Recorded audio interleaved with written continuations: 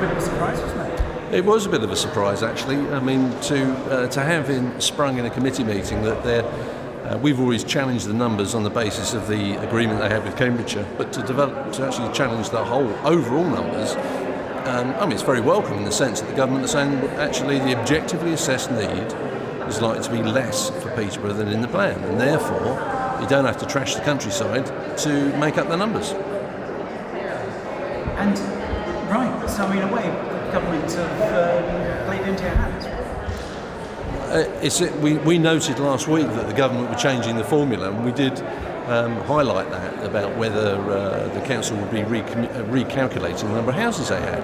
But our fundamental bit also was that there's an agreement with Cambridgeshire for 2,500 houses, about half of which was allocated as taking houses from Fenland, and yet we know that Fenland, in the shape of Whittlesea, has actually asked for 1,800 more. So, and that figure needed to be reviewed. And with 2,500 in an agreement and 2,500 in Peterborough's best landscape, the figures were effectively a very nice coincidence. Now it seems there's challenge to those figures as well, and that we look forward to with some anticipation. So, I mean, one would assume that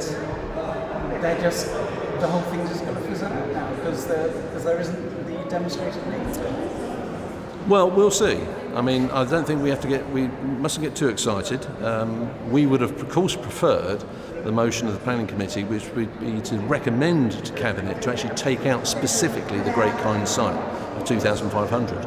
But the way in which they're talking about the numbers shaping up, which means they'll probably need 2,500 to 3,000 less houses over the next plan period of 2016 to 2036, I think is I'm optimistic that will mean that Great Kind will not be taken forward, and by the Cabinet member for Planning and Growth, who talked about his vociferous opposition to having 2,500 township in the middle of open countryside.